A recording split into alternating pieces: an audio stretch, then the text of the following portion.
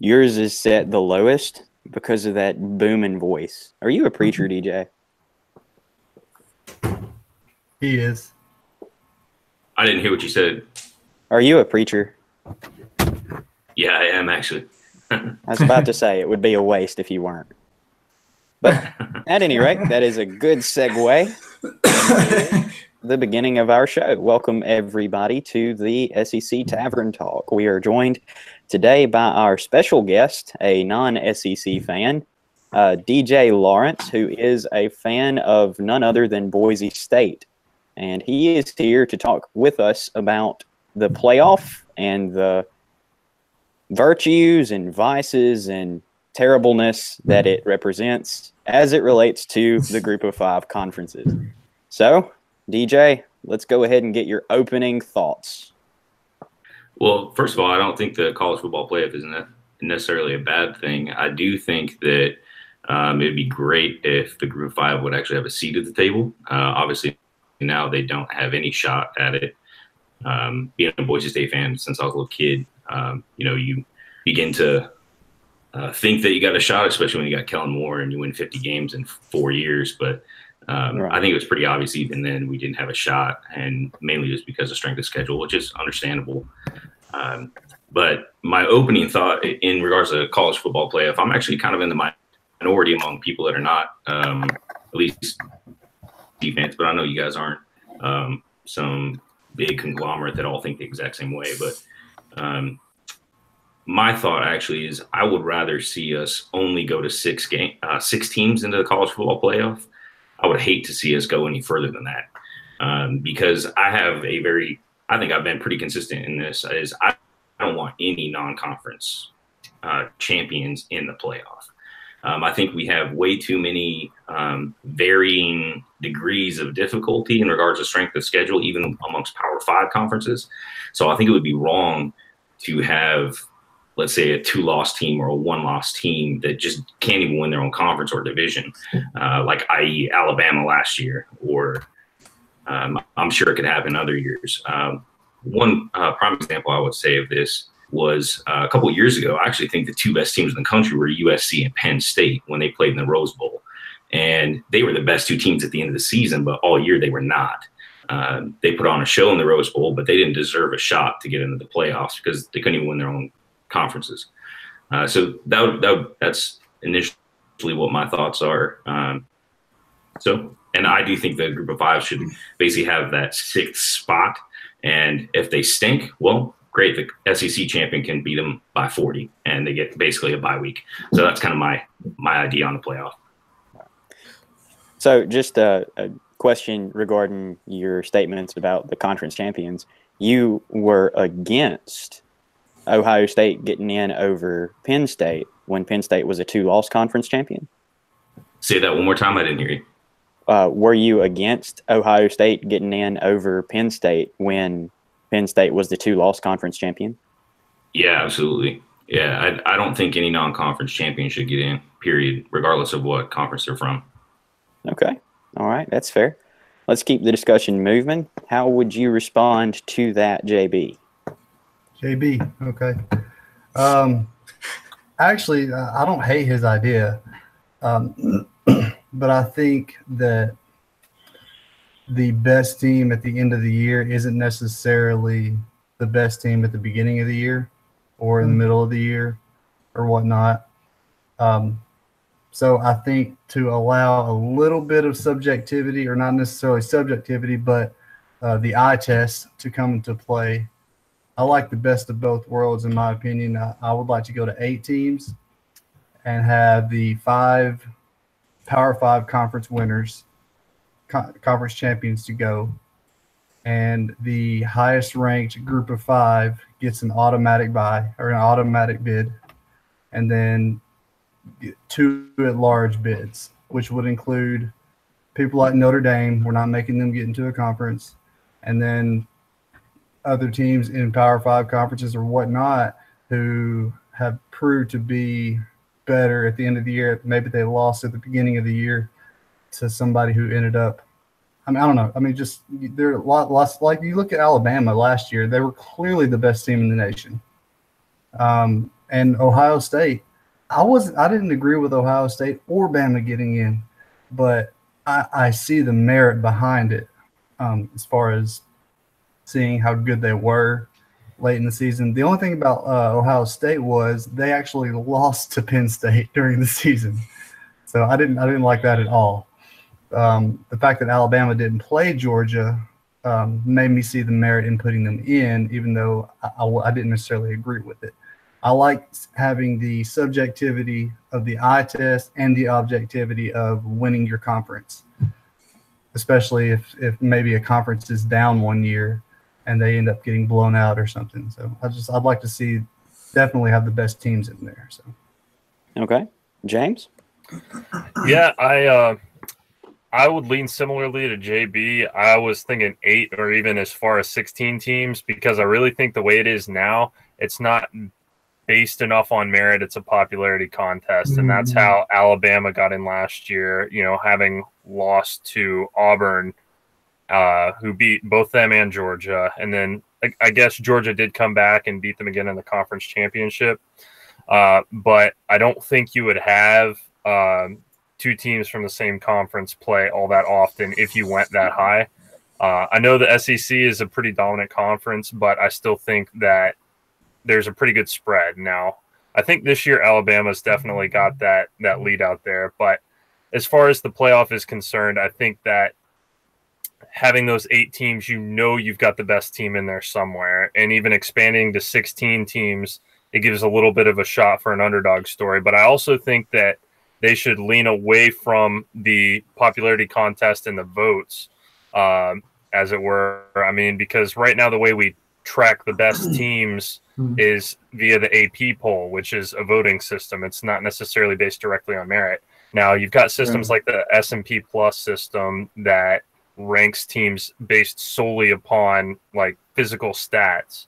And I think if you used an algorithm, kind of like the S&P Plus algorithm, to pick the pool of the top 25, and then you had a board that picked 8 or 16 teams of that top 25, I think that would work a little bit better for actually getting the best teams in. And then on top of that, that would help us to shut up teams like UCF who, we're 13-0, we're the national champions. It's like, go play some teams, in a strong conference, and that will, that'll change. Oh, you mean like Auburn in the Peach Bowl? Actually, hey, let me address something there. I hear this a lot from fans of non-Group of 5 conference teams, is go join a conference and play some real teams. You guys realize you can't just do that, right? Because otherwise Boise State would have been in the Big 12 a long time ago, or the Pac-12 a long time ago. You have to get invited.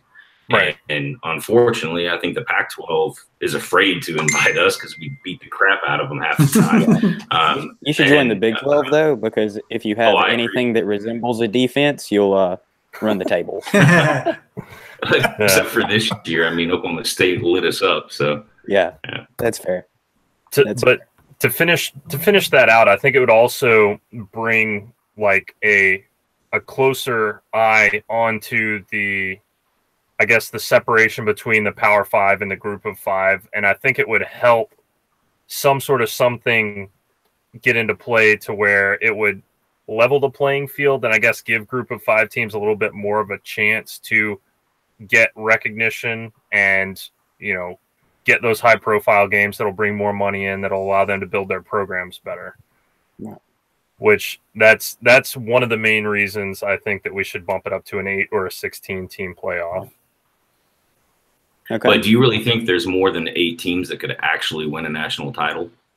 Not necessarily, no, but it's almost like an extended bowl system. It's like, okay, you guys got into the playoff. We know you're probably not going to win, but every once in a while you're going to have that true underdog story, and they're just going to come from out of nowhere and take everybody by storm, And that's one of the great things about college football is upsets, the underdog.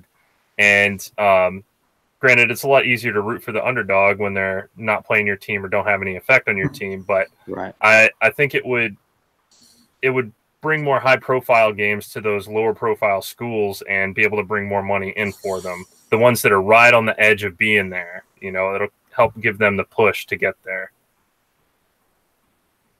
All right, Rob, let's get your opinions on this. All right. Well, I mean, I actually agree a lot with a lot of points that each of y'all have said, and I think 8 would be a good number. I think 10 would probably be a max. I think the whole underdog story is cool for single games, but I think, as much as I love things like March Madness and basketball, I just don't think it's the same in football. And I also, with basketball, you've got these teams that get to the end, the Cinderella story that gets to the end and then nobody wants to watch the game because it's a team that nobody cares about, that just won their conference. But using that as an example only, I think 8 to 10 would be a good example. The problem with teams like Alabama, who got in last year with not winning the conference, I think the biggest issue there is within the conference. And I know I'm in the minority in saying this, but I know I mentioned it recently. I think we should get rid of divisions. I think that really hinders teams like Alabama, who they're set to play Auburn every year. It's a rivalry game, and it's a trap game for them at the end of the year. While they may be the best team in the country, they lose that one game and they lose the West. They can't win the conference. They may be the best team in the conference, but they get screwed over one game. Whereas,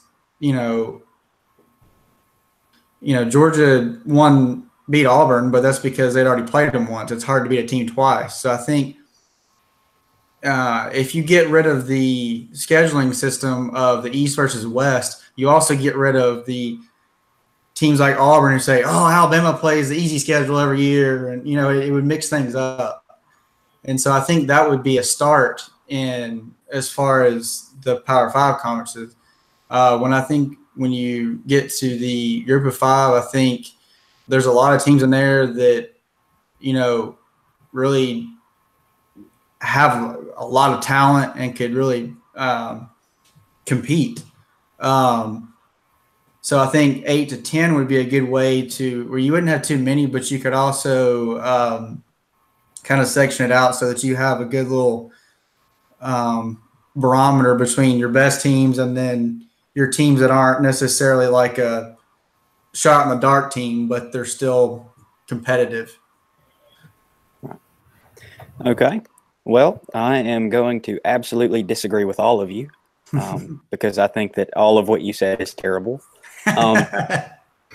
Turns out I am a bit of an extremist here. I'm not Skip Bayless. Don't you do that. But I'm a bit of an extremist here in that I think we should have minimum 16 teams.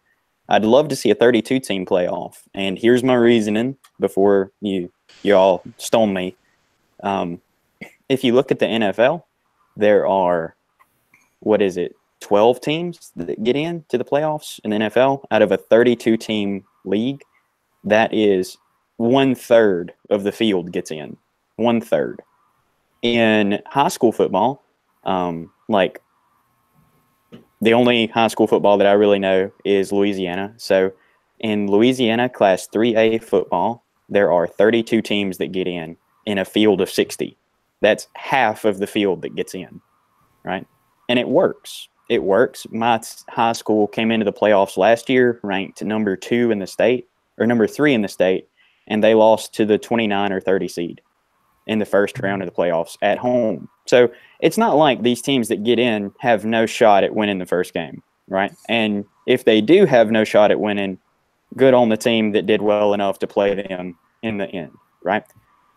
If we went to a 32-team playoff in the NCAA, FBS, we would have 32 teams getting in out of a field of 128. Let that sink in. That makes this system that I'm advocating for still more exclusive than any other field of football, than any other level. It is still the most exclusive playoff in college football. And then you wouldn't have to worry about what Rob said when the legitimate best team in a conference loses one game and doesn't win their conference. They still have the opportunity to show they're the best team in the country.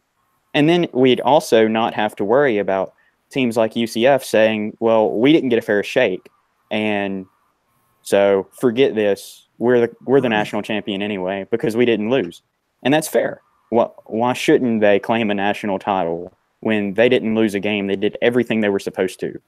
So if I can say one thing to that. So I think, you know, when you're talking about 32, you're basically you're picking half of the college basketball tournament format. And I think, not to say that couldn't work, but I think my biggest, like, I love March Madness. It's one of my, as much as I love football, I love watching March Madness because I'm a basketball guy. But, you know, one of the things that sucks about it is I wish they would pick the top 64 teams. You know, just straight 1 to 64, and those were your teams.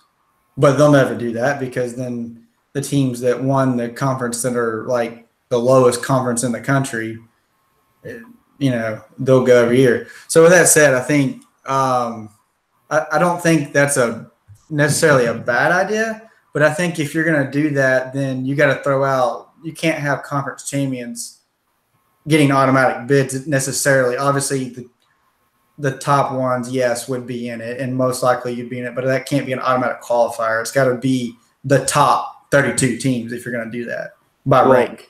So the Sun Belt champion doesn't necessarily get in, right? No.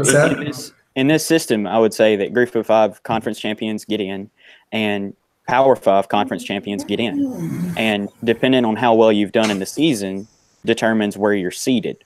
So let's say the 11-1 SEC champion, because their conference won the national championship the year prior, would have the number 1 seed over, let's say, the 11-1 Big Ten champion.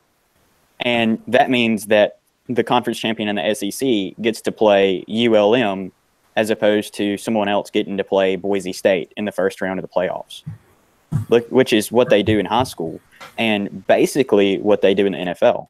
You have a wild card game, 2 teams that don't necessarily deserve a shot to get in to play the best team in football.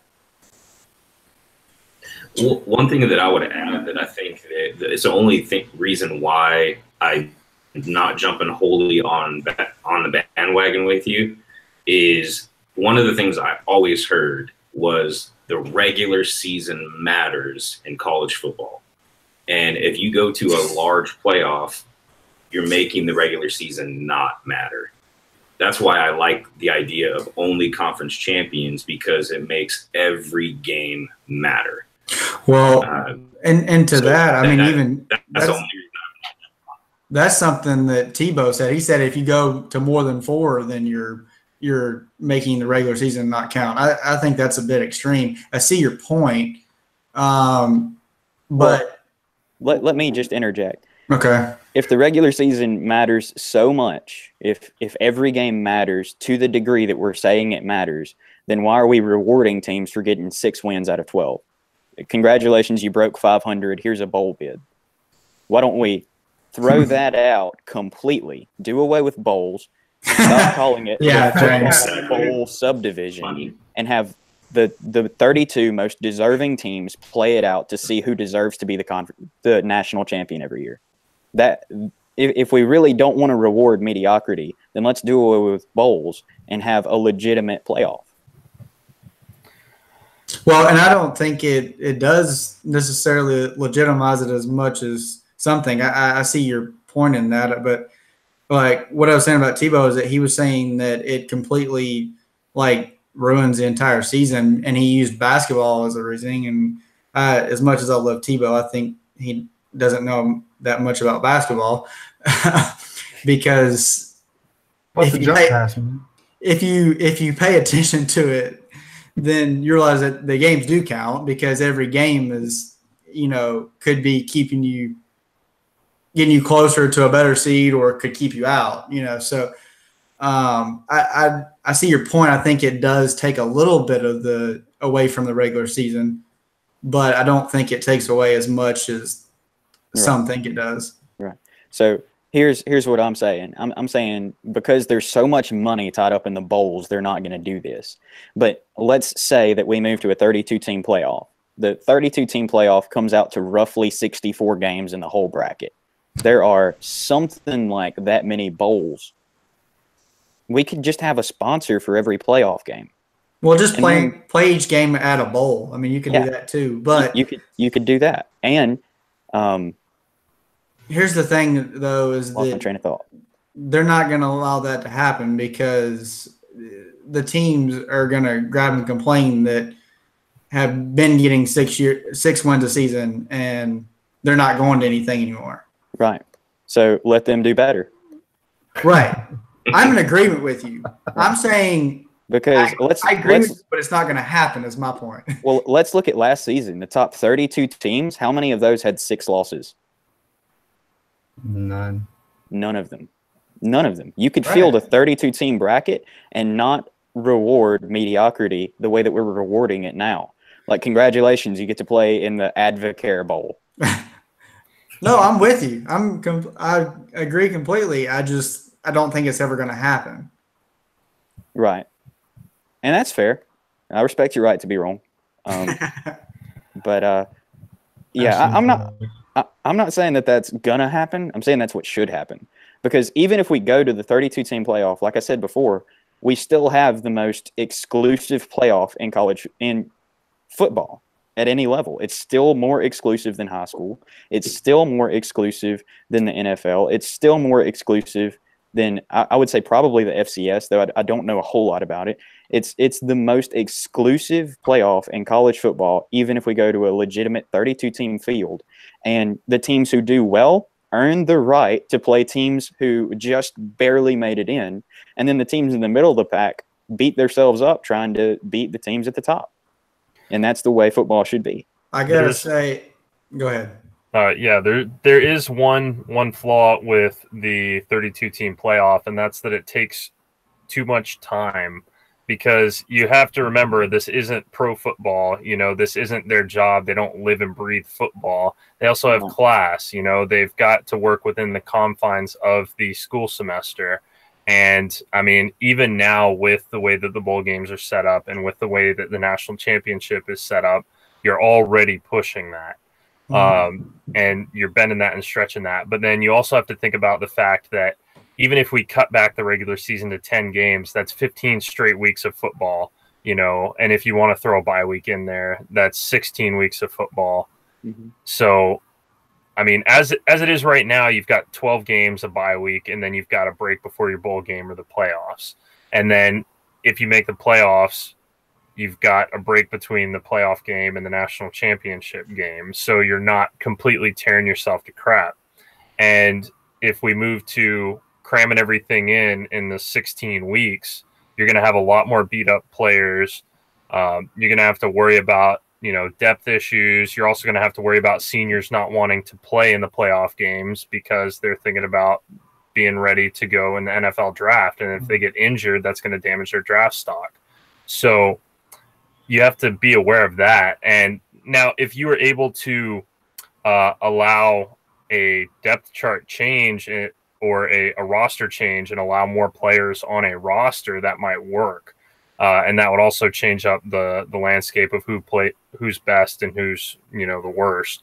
But that's like, I really do think that's the biggest flaw with a 32-team playoff is just the depth chart and how torn up these guys are going to get. But here's the thing. They run a 32-team playoff system in high school with a 10-game season, and they have basically the same schedule in high school as most colleges. So I think that you can make it work, right? There's a break between the last game of the regular season and the first game of the playoffs, and then there's a break between the semifinal game and the championship. So I'm not saying there's just what would it be, 16 weeks consecutively of football. No, it's 13 weeks with 3 breaks in between if you make it that far. Right, but with high school, you're dealing with teams that are in the same state. You're not going outside the state. It's a state champion. It's not a national champion.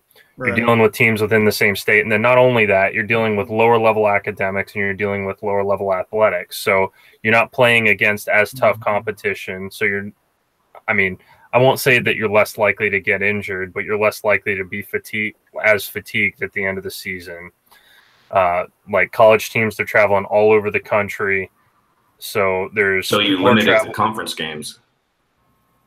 You said what? He's saying so you limit it to conference games. I think we already have all these stupid out-of-conference games at neutral sites. Just get rid of them. Play. I mean, if I'm going to jump on Ashton's bandwagon, get rid of out-of-conference games, play conference games like pretty much they do in Washington State high school football, and then you play the playoff from there. What would you have? I'm good with that. 9 games? If you want to throw in one out-of-conference game that actually means something, then do that. But I think we already have way too many dumb games anyway. I agree with you. I think that does make sense. I think completely cutting out of conference games would just be too much of a shift, especially for teams who have out of conference rivals like, say, South Carolina and Clemson, or Texas A&M and UP, which unfortunately we're not playing that game anymore. But hopefully it will get reinstated at some point. But there are a lot of teams with interconference rivalries, and I think cutting out completely out of conference games will damage that, and I don't think it would slide. Well, I'm gonna be in the minority here. I guess not necessarily the minority, but I like playing, not necessarily for us, but playing those out of conference games against people like ULM and Troy and Southern Miss and stuff. I mean, those schools, they bank their revenue off the entire season basically from playing against an SEC team, and they make so much money that weekend. So not playing them, it actually hurts the smaller schools. Listen at the Arkansas fan trying to legitimize the game against North Texas. North Texas. Actually, he is right though. North Texas. Man. Hey, I'm not dogging North Texas. All I'm saying he's dogging Arkansas. North Texas came out smelling like a rose, man. We paid them $1 million to come to play us, and they beat the crap out of us. And then they got on YouTube and went viral. So they got a trifecta of accomplishment there. So more power to them. Well, so as much as I would love to have a case where I can pick a bracket just like I do in college basketball, because that's so much fun. I just it would be very hard to make it work. I'm not saying it couldn't. I like your thoughts, but I just think it'd be hard. I don't know that we'll ever get to that. But maybe it'd be hard, but I think it'd be worth it. And then you wouldn't see teams get snubbed like Penn State because Ohio State is a bigger market team. And you wouldn't see teams like UCF get snubbed for Alabama because Alabama is a bigger market team. I mean, follow the money. That's why all of this is happening. That's why the playoff system sucks as it is. I don't care what Kevin Brigham says. It sucks. The current format is terrible. It's like they had the BCS system and then everybody complained. So college football gave the biggest middle finger it could to its fans and said, well, tell you what, 2 other teams will get in. Right? Well, 4 is just it's almost kind of pointless. I mean, Exactly. It just what are you doing? Yeah. The only thing that it accomplished. I got to interject because DJ doesn't know. He doesn't know. Kevin Briggins is a Bama fan who thinks the 4-team playoff is absolutely perfect. And of course he does. Because Alabama's always in it. He has his own show, and he had Ashton on there, and they went back and forth, man. And it was beautiful. Right. I was a little bit more prepared this time. Really, the cup is just an invitational. Yeah. Exactly. That's why I was saying actually make it a merit-based pool of teams that you draw from. Use a system like the S&P Plus system, and have your FPI? board. The what? The FPI. ESPN's Football Power Index. I think that's a pretty accurate system. But I spent all day on that, and man, it's thorough. It takes into account strength of schedule, strength of your opponents, your opponent's record, your level of play at home versus away. Like it's thorough, and it's not subject to money, right? It's not subject to high market teams rather than teams like Boise State and UCF. Yeah. Right. Yeah. So I completely agree with you there. So let's move on in the show. DJ, if you would like, you can go ahead and give us a recap of what you saw last week in Boise State's game. And what do you think they're going to do this year? Actually, I'm not sure what they're going to do this year. I actually had really high hopes going into this year. We returned almost an entire defense, and then Oklahoma State just put a whooping on them. I know Brett Rippon, our quarterback, has really struggled to be consistent. When he's on, he's probably one of the best in the country, but when he's off, he is bad. He almost looks like SEC quarterback play. That's fired. I'll take it. LSU, man, it's rough. Yeah. So actually, I didn't even get a chance to watch the game this week. My daughter's been playing volleyball like crazy, so I didn't get a chance to. But I did. I don't know where they're going to be. I hope that they'll probably be somewhere around the ballpark of 9-3. Maybe we'll sneak into a decent bowl, but a decent bowl this year is probably like the Las Vegas Bowl, playing some weak Pac-12 team. So who knows? Yeah. JB, what's the deal with Arkansas this week? What's going on? Well, it was another disappointing week for the Razorbacks. I have to say that every week, I guess. But this one came with a little bit more positives. What'd you say? Did you cover? We covered, man, for the third week in a row. We covered. No, Ty Story went 12 for 16 for 122 yards passing and had 9 carries for 70 yards on the ground. And the two-headed monster that is Rakeem Boyd and Devwah Whaley had 7 carries for 109 yards and 12 carries for 67 yards, respectively. We were up by 17 points. And then Arkansas did Arkansas things. Story, Boyd, and Whaley, the 3 best offensive players, all went down with injuries. Which, by the way, I'm going to throw this out there to all the Ole Miss fans who are watching. You should really be ashamed of your boys, because when Story was lying on the ground, the Ole Miss players were on the sidelines hooping and hollering in celebration because they just knocked out the guy that they obviously could not stop otherwise. I just thought that was a little bit tacky, but anyway. Hey man, if you ain't cheating, you ain't trying. But anyway, that's where their downward spiral just began. Cole Kelly came in. Yeah, he threw a touchdown at the beginning, but he's just not consistent, and he's not built to run a Chad Morris offense. So, and he's also the third string quarterback. Why they skipped the second string, I'm not really sure, but it is what it is. So it just proved to be too much for us. We let him come back. Jordan Ta'amu proved to be too much for us. He threw for 387 yards, led the team in rushing at 141 yards. It was just – we just couldn't handle their offense at the end. As far as our defense goes, Scooter Harris, he's still the league leader in tackles by a long shot. He had 13 tackles. Ryan Pulley pulled in an interception. He's the guy that came back from injury last year. As far as special teams goes, we do not have the best punter in America like Texas A&M apparently does, because James likes to talk about that. But Reed Bauer, he only punted twice, and one of them was for 64 yards, so I'm going to brag on that. And Connor Lippert, our kicker, he went 4 for 4 in field goals and 3 for 3 in extra points. Are you jealous, Bama? We can actually kick an extra point every time we attempt it. Just saying. But here's the stat of the day, though. Wait for it. 0 special teams touchdowns allowed. Hey, North Praise the Texas Lord. broke you.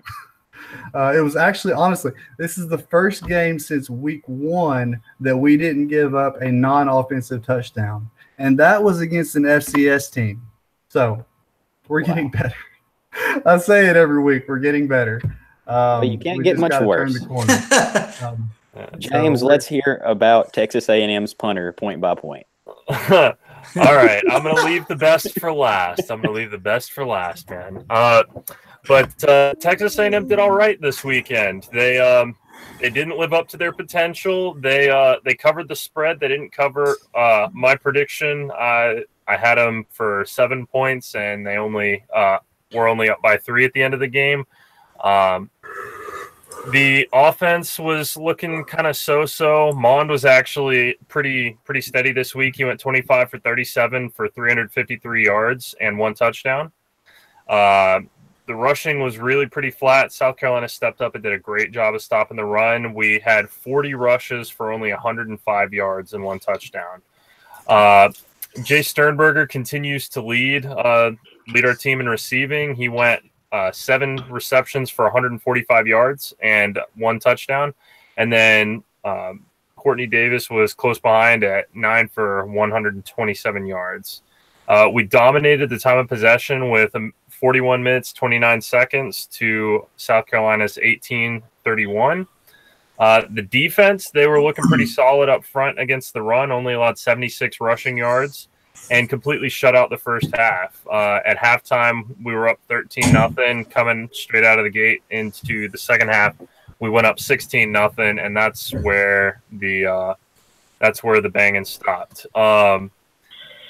I guess South Carolina just adjusted and were able to make it back. And then on top of that, the penalties were horrendous. Now that the first targeting call was a load of baloney. He barely touched the guy. All targeting calls are a load of baloney. I mean, honestly, I agree with the second one. Donovan Wilson needs to get his head screwed on straight. He's been out for 3 targeting calls this season. He's one of our best backers, and it was third down. It was third down.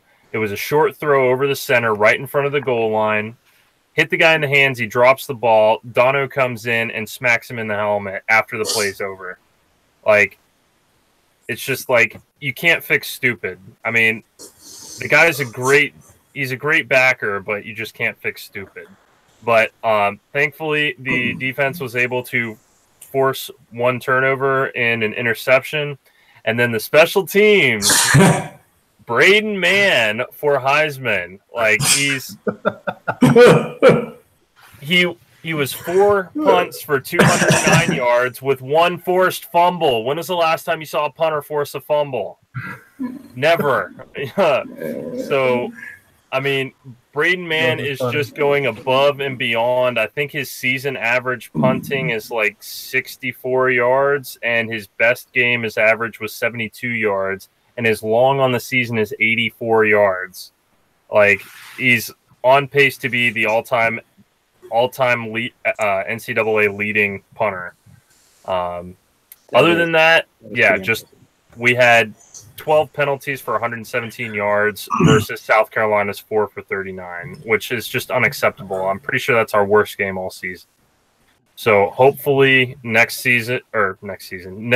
week when we go up against Mississippi State, we get our heads screwed on straight, no targeting, no penalties, and we stay in the positive column with turnovers. Well, speaking of punters, let's move on to a guy who saw his team's punter come out a lot. Rob, what happened Saturday? Well, you just prefaced what I was going to say. I don't have any special punter stats other than that, other than we had to punt a lot, and then we got our butt beat. God, that was just an awful game for Georgia. I disagree. You didn't let me finish. I said for Georgia. LSU played a great game.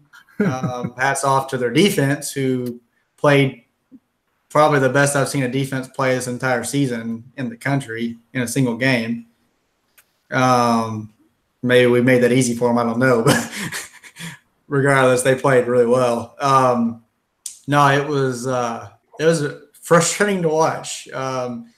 Fromm was off. Our offensive line gave him time at certain points, and he still was off. He just didn't have it. I know a lot of people are jumping off the Fromm team and jumping on the field bandwagon, but I think after I listened to the post game podcast by Dog Nation, and they were making some really good points about the fact that the coaching staff knows what they're doing. They're not, the fans are saying that I'll give Fields a chance. They're not letting him throw. But I think their argument was that if they saw it in practice that they thought he was ready at the college level to step up and be the number one guy, then he would be doing it. Kirby Smart's a good coach. We've got a good coaching staff. As much as I want Fields to take over and just dominate the country, I think he's got a ton of talent. Got a cannon of an arm, but he just may not be ready. It's hard to come from high school to college and be ready right away. Yeah. And people were talking about Fromm was last year. That's because he was forced to. The team didn't have a choice when Easton went out first game of the season. So it'll be interesting to see how we got a bye week and then go to Jacksonville. So I'll be right there for that one. But we'll see how that goes. All right. Well, let me run some interference for you. Firstly, I will say Jake Fromm is Georgia's quarterback. Jake Fromm is I'm still buying the kid. He is, I think, one of the highest ceiling players in the country. And if I'm an NFL team, I'm looking to draft him before I'm looking to draft Tua or Will Grier or maybe any other quarterback in the country. I think he's that high on my list. He played against one of, if not the best secondary in the country. And not only that, they're hot. They are a hot secondary. And Georgia's receivers just didn't make plays. And Fromm was under pressure the whole night. He was trying to throw under pressure. And sorry, I was just saying, to that point, I agree with you. I think Fromm was off, but I think it was not like everyone was saying, he was making bad decisions. Were you watching the same game I was? Because if those people that were watching were saying that, I don't see what they were seeing. I think he was making good decisions. His receivers were just covered up like blankets. And he had 3 drops on the second drive of the game. There were 3 blatant drops. He made good plays. He made smart decisions. There just weren't many plays to make. We gave him time, and our receivers still could not get open. There were times when he'd have 10, 15 seconds back there, like all day, and your secondary had our receivers so covered that, there's nothing he could do. So I'm not jumping off of him, his team. I think he's still a really good quarterback. I'm still behind him. Well, just remember LSU is that hashtag DBU, and they are really solid in the defensive secondary, which is exactly the opposite of Alabama, who is never super strong in the secondary, but they are always magnificent in their front seven. One thing that I wanted to point out, though, is that Georgia should have won the football game, or at least been much closer than they were. The score really wasn't the story of the game. LSU left a lot of points on the field. They kicked a lot of field goals that should have been touchdowns. Their first touchdown that they scored was on a 4th and goal. You should be getting into the end zone before 4th down anyway. So LSU's got a lot of offensive bugs to clear out, but defensively, I think it's interesting that LSU could not stop the run. I look particularly at Swift. He was averaging 6 yards a carry. And we went away from that. I don't understand. Exactly. Holyfield was averaging 8 yards a carry. They were slicing the LSU defense, and for some reason, Kirby Smart went away from a run-oriented offense. Just right. Well, I didn't understand that, and play calling is part of football, and the play calling was really what messed Georgia up. I think that if they continue to run the football, it's a much closer game. LSU has many fewer opportunities to score because the time of possession is closer, and it's a different ball game. But I think it's going to be a very similar ball game against Florida. I think their defense matches up very well with LSU's, and I think that's really all that I have to say about the LSU game, except for y'all, how much of a competitor is Joe Burrow? Like, he's not going to blow you away with his passing ability. He's not going to blow you away with pretty much anything except for that kid's grit. He reminds me of Tim Tebow in that. He goes out there and he says, I am going to win this game. And also, before we leave the subject, I just wanted to point out once more that on The Crown, the Porciakin group, on their podcast, there is an Alabama fan in Kevin Briggins and a Georgia fan in Ellis Hudson. And I told them before I signed off that Georgia was going to come to Death Valley and lose, and Alabama is going to come to Death Valley and lose. And I stand by that, and history has borne me correct. So with that, let's go ahead and recap the scores from the SEC. This is, after all, the SEC Tavern Talk. First off, we have Florida, who survived against a very gritty Vanderbilt team. And I think that a lot of people don't give Vanderbilt credit for how good a team they are. Their only loss was a close loss to Notre Dame, and that wasn't at home. I'm fairly certain that was at Notre Dame, and it was yeah, and it was a close game. Like, Vanderbilt, maybe they're not the top team in the country, maybe they're not your LSU or Ohio State or anything like that, but they are a solid team. And Florida mounts an 18-point comeback to beat Vanderbilt 37-27. Tennessee shocks the world, and Auburn is terrible. Tennessee wins that game at Auburn 30-24. Which was hilarious. It's really disheartening to see Auburn go that far. And by the way, it really isn't. I want to talk about Coach Malzahn after this segment. And then, obviously, we have Georgia coming to Baton Rouge and losing 36-16. Texas A&M beats South Carolina 26-23. Alabama looks very pedestrian in a blowout win, however that happened, against Missouri 39-10. And we have Ole Miss pulling off the upset over Arkansas 37-33. And dude, we were a 6-point underdog. Yeah, that's not how I viewed the game. I thought that Ole Miss, being a purely offensive team, wouldn't be able to match Arkansas in Fayetteville. I was wrong. So congratulations, Ole Miss. Now, that, I think, is a pretty good segue to go into our question segment.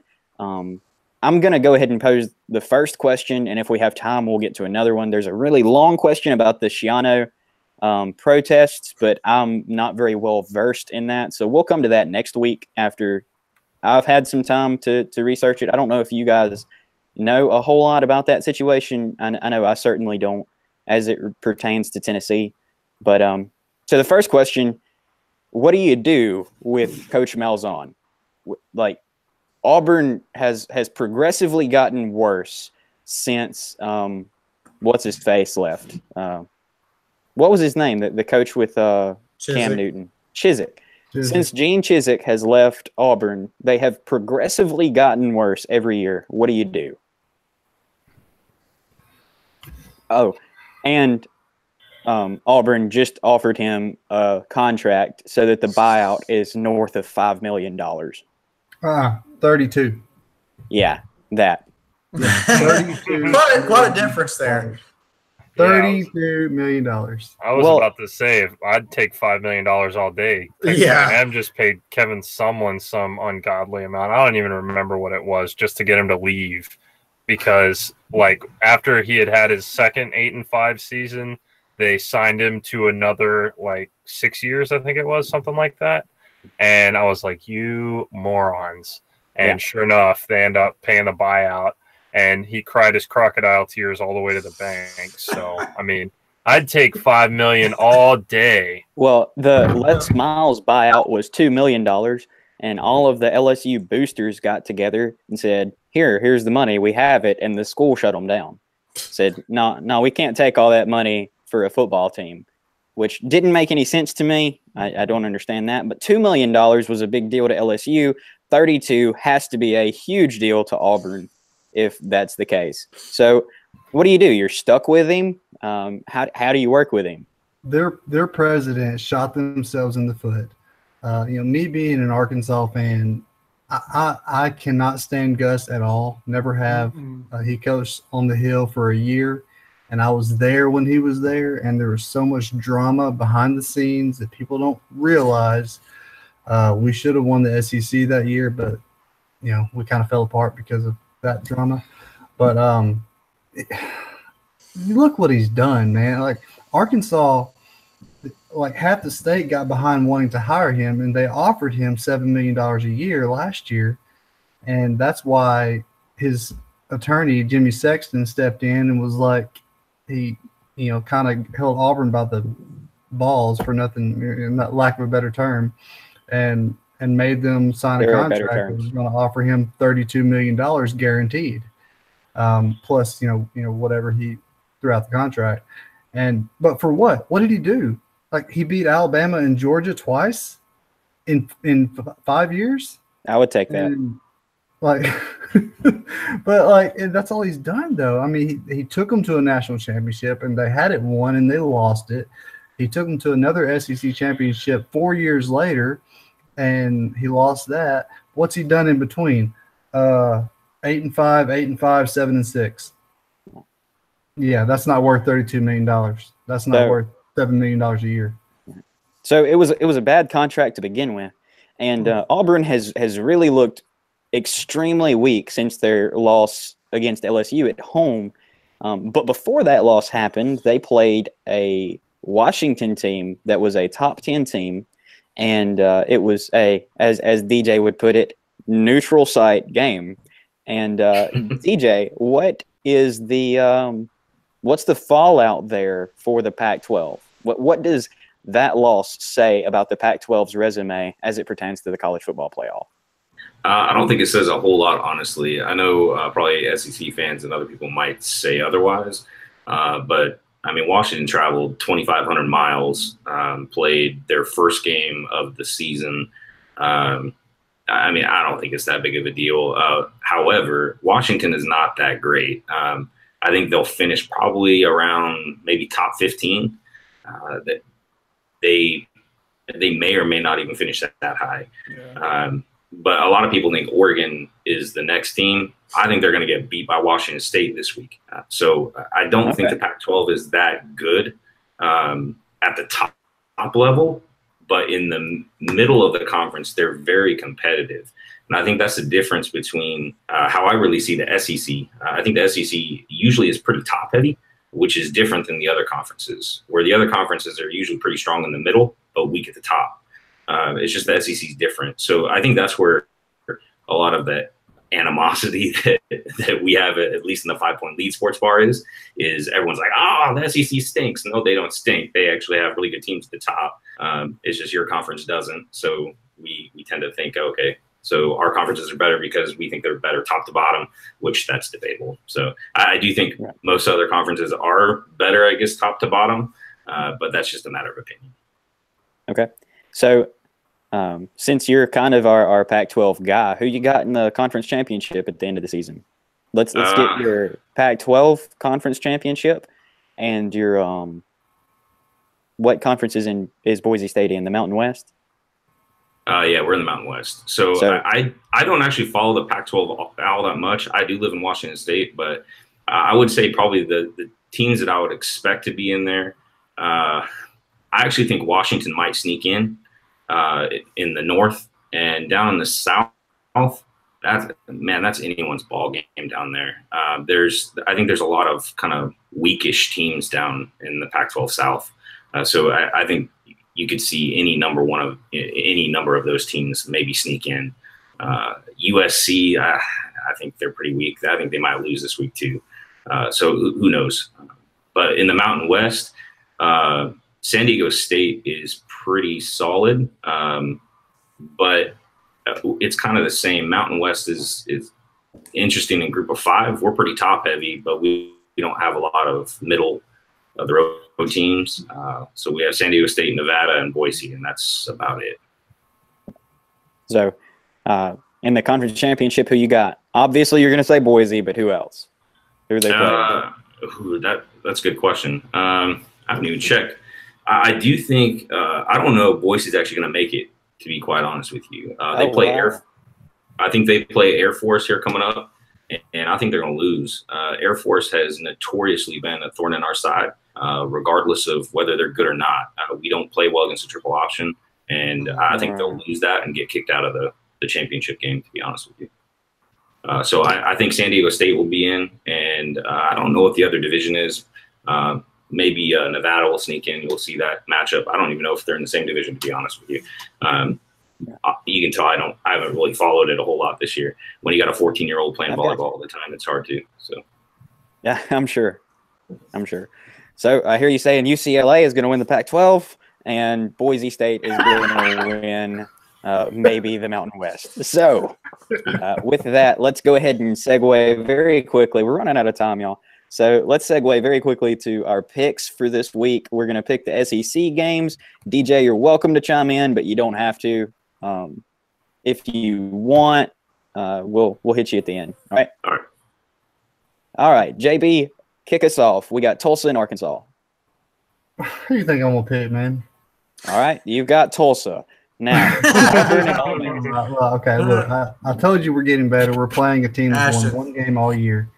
I think that Tulsa will be harder than people think because, yes, they've only won one game, but they've played everybody very close. Like they barely lost to Texas by like 7. So they're a team to watch out for. But I think it's can we all agree though that Texas is probably the most overrated team in the country? Yes. I don't know. What do you think? Yeah. I mean, the Longhorns are garbage. As much as I hate to say it, I think they're actually garnering some of that support and some of that praise this year. Like in years past, obviously they've been trash, and they're the media's darling. You know, I mean, even when they're scraping the bottom of the dumpster, they're still, oh, the Longhorns are back. The Longhorns are back. I think this year with the fight that they put up against Oklahoma in the Red River shootout, not showdown, shootout. I really do think the high power offense is enough to get them by in the Big 12, and with that one loss, you know, it's hard to argue. What's his face, Sam Ellinger? He's really showed some solid toughness. Like he took a few shots and he kept stepping up and delivering that football in the game against OU. So. Texas will be back. Oh, Texas is back when they beat Maryland. JB, who you got? Auburn and Ole Miss. Auburn is favored by ESPN by 3.5. The game is at Ole Miss. Who you got? I've got Auburn. I don't see them losing 3 in a row. I think Gus is fighting for his job. So. All right. Alabama and Tennessee. Does Tennessee cover the 28.5 points? No, they don't. Okay. The tide is just going to roll over them. Memphis comes to Missouri. Who you got? I got Mizzou, man. Memphis is tough. They're better than people think, but I think Mizzou's going to just outmatch them. Their offense is great. They don't have any defense, but, I mean, I think they'll be okay. Right. Mississippi State is coming to Baton Rouge. Who you got winning that one? Go Tigers. I like that. All right, and Vanderbilt. I've never been a believer in Joe Moorhead, and I think I voiced that. So I'm pretty sure LSU's got this one. Yeah, and then Vanderbilt travels to Kentucky. Obviously, you're probably going to pick Kentucky. What you got? Big Blue Nation's going to win it again. So good deal. All right, let's hear it, James. Who you got? Auburn and Ole Miss. Auburn, Ole Miss. I've got Auburn. All right. I don't think Ole Miss has shown enough to. I mean, as much as Auburn is struggling, I don't think Ole Miss has shown enough. Right. Tulsa is coming to Fayetteville. Who you got? Tulsa and Arkansas. I got the Piggies, man. Tennessee cover the 28.5-point spread against Alabama. I'm going to have to say no. Okay. Memphis is going to Missouri. Who wins that one? I got Memphis, and they've been playing tough, and they're one of the teams that I continue to see pop up in the highlights, giving teams a hard time. And if you look at the S&P Plus rating, they're actually ranked 8 spots ahead of Mizzou. 1, 2, 3, 4, 5, 6, 7, 8, 9, 10, 11 spots ahead of Mizzou. Okay. So, yeah, I think Memphis has got this one in the bag. Mizzou at home, they'll give them a fight, but I don't think it'll be enough. Well, if you're right, then I am done for in the pick'em. We have got Mississippi State coming to LSU. Who's winning that one? I got LSU. Okay, and then Vanderbilt travels to Kentucky. Yeah, there's no question. Even though I'm selling Kentucky, Vanderbilt's no competition. Oh, come on now. Come on now. You can't pick Kentucky and sell them at the same time. That's just terrible. It's Vandy though. It's like you're good enough for me to say, yeah, you're gonna win some games, but you're not actually. You're gonna win against trash competition.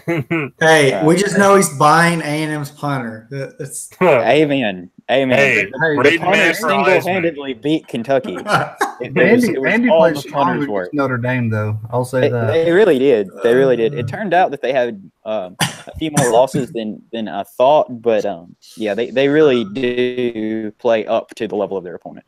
So, Rob, who you got? Tulsa and Arkansas. Woo pig. All right.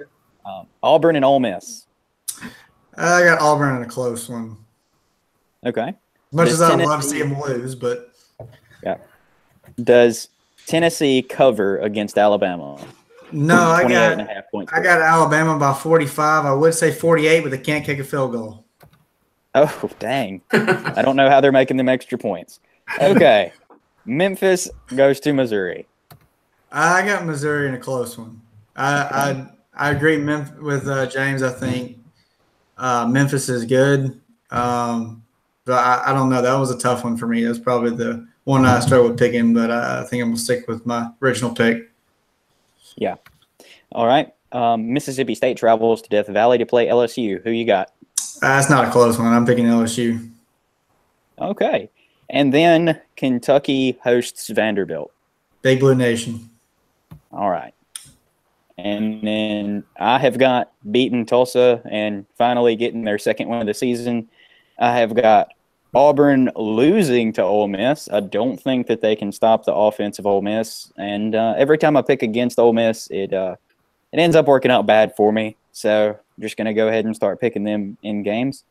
I'm going to say that Tennessee covers. Tennessee's been playing pretty solid, not great, but pretty solid. And I don't think they lose by more than 28 points. I say they lose by 25. And I got Missouri. I've got Missouri beating Memphis. I don't think that's a terribly close one, but I do think it's a convincing victory. I've got LSU over Mississippi State by a couple scores. And I've got Kentucky manhandling Vanderbilt because Kentucky is the real deal, regardless of what James's punter says. DJ, you care to get in on this action? Yeah, I can actually. The last time JB told me that Arkansas was a sure thing, so I'm taking Tulsa. Got it. All right. Auburn and Ole Miss. I'll take Auburn. I don't think they're going to lose again unless they're really that bad. I don't like Malzahn either, but I don't see them losing that one. All right. Got a little bit of faith in Malzahn. Does Tennessee cover against Alabama, the 28.5-point spread? No way. Tennessee's going to get a mud hole stomped in them. Okay. Missouri hosts Memphis. How do you see that one going? I actually think Memphis is going to win that. Missouri, like the stepchild of the SEC, like that doesn't even belong there, is probably going to get beat by another Group of 5 team. Yes. I mean, Missouri should be Group of 5, right? Anyway. All right. Or Pac-12. Mississippi State comes to Death Valley to play LSU. Who you got in that one? Oh, LSU all day. I think Mississippi State's. We were joking about Texas being the most overrated team in the country. I actually think Mississippi State is. I'm not buying them at all. I think they should not even be in the top 25. All right, that's fair. Vanderbilt travels to Kentucky. Who you got winning that one? Kentucky. I don't know what to think about them, but they're a pretty good team. I see them winning that one. I actually have Kentucky as a dark horse to win the SEC East, and actually sneak in and play against either Alabama or LSU in the West. I really don't know how that's going to fall out, but I do think it'll be one of those two teams playing against either Kentucky or Florida. Georgia is out of it, in my opinion. So, DJ, it has been fun. It's been fun. All of you, thank everybody for tuning in. We're going to have you back eventually. I don't know when that'll be, but yeah, it's been a blast having you. It's cool to get an outside opinion, somebody that doesn't necessarily think the SEC is all that in a bag of chips. And for everybody listening, remember, brothers, let your light shine before others so that they may see your good works and give glory to your Father in heaven. We'll see you in the tavern. Good night, everybody.